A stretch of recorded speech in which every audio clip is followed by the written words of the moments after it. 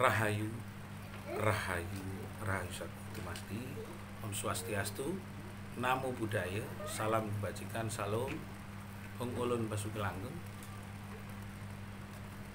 Assalamualaikum warahmatullahi wabarakatuh. Pemirsa Cahaya Batin, ketemu lagi dengan saya Cak Monyong di Wedar Aksara Jawa. Hari ini masih kita akan bahas tentang makna. Sebenarnya makna yang ada di dalam aksara Jawa yang kita pahami masih di dalam rangka arti. Namun saya jelaskan kembali kepada kawan-kawan bahwa aksara Jawa itu punya arti, ada makna. Jadi arti sendiri adalah menafsirkan tentang aksaranya, baik itu dalam bentuk ungkulan. Tapi kalau maknanya itu harus kita pahami berdasarkan aksara dari ho, no, co, ro, to. Jadi tiap huruf punya arti sendiri di dalam makna itu. Setelah itu baru kita memahami inti. Jadi setelah memahami inti bahwa sebenarnya ini huruf ini ada di mana di dalam diri kita. Jadi itu perbedaannya pemahaman yang dilakukan oleh kawan-kawan untuk membaca semua serat. Baik itu dibaca di dalam Majapahit, di dalam moco, Majapatan, dan macam-macam yang akan kita wedar karena dalam sekali tentang Jawa. Setelah kita tahu inti, baru kita mengerti tentang fungsi. Jadi ketika kita memahami tentang mocopat yang dibaca tentang masalah pangkur, itu apa sebenarnya artinya, lalu maknanya di mana, inti dari yang disampaikan di dalam pesan dari pangkur. Jadi ada etimologis, ada asal usul dari kalimat tersebut, lalu diambil dari mana, jadi lebih dalam ya. Nah, baru kita akan memahami tentang inti dan fungsi dari tiap aksara Jawa. Jadi tadi malam saya di kawan-kawan belajar bersama-sama di rumah dan di tempat saya di daerah Benowo sana, Sementing. Saya menyampaikan bahwa aksara Jawa sendiri kalau dipakai di dalam sastra itu maknanya sangat dalam, tapi ada kedalaman kalau di dalam makna secara hakiki, ada juga kedalaman di dalam makna yang betul-betul pada fungsi dari aksara-aksara tersebut. Makanya nanti akan kita bedah setiap aksara itu isi, arti, makna, dan fungsi dari aksara-aksara tersebut, sehingga tidak hanya berarti nanti itu untuk ditulis sebagai bacaan, menyebut nama Monyong, nama saya Monyong, ya artinya memang Monyong kasebut asmo saya adalah Taufik Monyong. Tapi ada makna dari mo, nyo, ngo. Jadi mo itu madep-mantep marang madep-mantep manembah mring ilahi. Nyo itu nyoto tanpa moto, ngerti tanpa diuruti. Ngo ngeracut busana ning manungsa. Jadi itu makna dari setiap apa yang disebut asmo Monyong atau Monyongo. Jadi maknanya itu mo itu apa, nyo itu apa, jadi ngo itu ngerajut yang mana. Nah baru ngerti inti. Intinya bahwa siapa yang memiliki nama Monyongo itu harus ngerajut sifat-sifat jelek di dalam dirinya.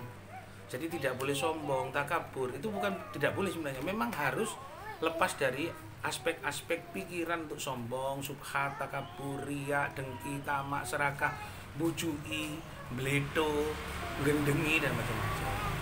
Baru kita akan mengerti tentang masalah makna dari nyoto tanpa moto, ngerti tanpa diuruti. Selalu kehadiran Gusti Kang Akaryo Jagat mengajarkan hidup di dalam manembah itu sendiri, dalam melaksanakan tugas tanggung jawabnya akan melihat ilmu secara tidak nampak dan ilmu secara nampak. Nyoto tanpa moto, ngerti terus sing nguruki karena guru sejati kita. Baru kita harus selalu apa perintahnya. Makna itu sendiri adalah madep mantep manembah mering ilahi. Jadi itu makna dari tiap huruf yang ada di dalam nama kita. Jadi kalau di ungkulannya itu begini, perbijiannya dari aksara Jawa itu punya fungsi dan tugas. Baru setelah itu ngerti tentang masalah inti bahwa kita tetap mengalirkan hidup kepada tuntunan ilahi, madep terus kepada Tuhan Kang Sang yang Maha Kuwasa, terus melakukan. Nah baru kita ngomong di mana itu, di dalam diri kita terbagi ruai atau ruas jutaan ribu partikel yang tersusun secara dohir, dat yang sempurna, atau sir yang hanya dalam ruang rasa. Jadi pemahaman yang saya sampaikan ini adalah kenapa kok hurufnya begitu, tapi karena tidak pernah memahami arti, makna, inti, dan fungsi. Baru itu mengenal tentang wungkulannya sejati. Jadi tidak lalu ditafsirkan hanya sekedar membaca sastra makna artinya saja. Sama dengan ketika kita melihat Taurat, Injil, atau Zabur, Al-Quran, hanya ngerti artinya. Qala ta'ala fihil kitabil karim. Nah, siapa yang dawuh? Allah yang dawuh dalam kepada kitab Al-Quran Qadim, badan kita, semua seperti itu. Nah, di mana siapa yang menyampaikan siapa? Nah, itu baru mengerti maknanya, baru mengerti intinya, bahwa siapa yang harus mendengarkan dan siapa yang mendengar, siapa yang menyampaikan dan siapa yang sedang menyampaikan. Apakah betul-betul itu alam itu harus dikenal dengan makna. Pemirsa Cahaya Batin, pintu gerbang kesadaran bangsa Nusantara, memang agak sebenarnya membaca kedalaman Jawa. Jadi papan Kangton Kiblat ini memahami nilai-nilai yang muncul di dalam diri kita. Jadi tidak serta-merta orang melihat wungkulan sudah diartikan sifat yang sebenarnya. Maka harus betul-betul belajar memahami apa yang hadir, yang ada. Dirupakan apapun, kita tidak mampu melawan apa yang menjadi ketetapan Gusti. Telinga saja kita tidak pernah bikin dan tidak mampu membuat. Kalau rekayasa dari resin, rekayasa dari plastik bisa, tapi dia bisa yang dibuat dan dibentuk dan diciptakan oleh Gusti Kang Akaryo Jagat itu adalah ciptaan yang sempurna. Maka selalu kita nyampaikan kepasrahan kita ini adalah kepasrahan pada tingkatan maha. Mari kita kepasrahan kita harus kepasrahan pada tingkatan maha, sehingga kita tahu bahwasanya Hong Wilayeng Mas Tonomo Sidam Sekaring Bawono Langgeng. Jadi Hong Wilayeng Mas Tonomo Sidam Sekaring Bawono Langgeng itu juga sangat dalam di dalam pengertian, sama seperti orang-orang menyebut Tuhan yang Maha Kuasa dan tidak ada penuntun kecuali Muhammad dan Abdul wa Rasul. Sama Hong Wilayeng Sekaring Bawono Langgeng, tidak ada kepasrahan kita kepada junjungan kita yang mengaturi kita yang Muhammad dan Abdul wa Rasul. Oh, ulun basukilang menyebut namamu Allah yang tidak akan pernah lepas apapun. Jadi ini diambil satu perahan-perahan yang dalam. Jadi tidak bisa menafsirkan hanya perbedaan kata-kata kalau tidak mengenal makna, inti, maksud, bahkan fungsi, tidak mengenal yang sejati, sifat jungkuh marang taat, itulah ilahi yang sebenarnya. Jadi kalau engkau taat dengan ilahi, majumluhlah, berangkulanlah, jangan lepas kepada yang lain kecuali Allah, kecuali Gusti Kang Akaryo Jagat.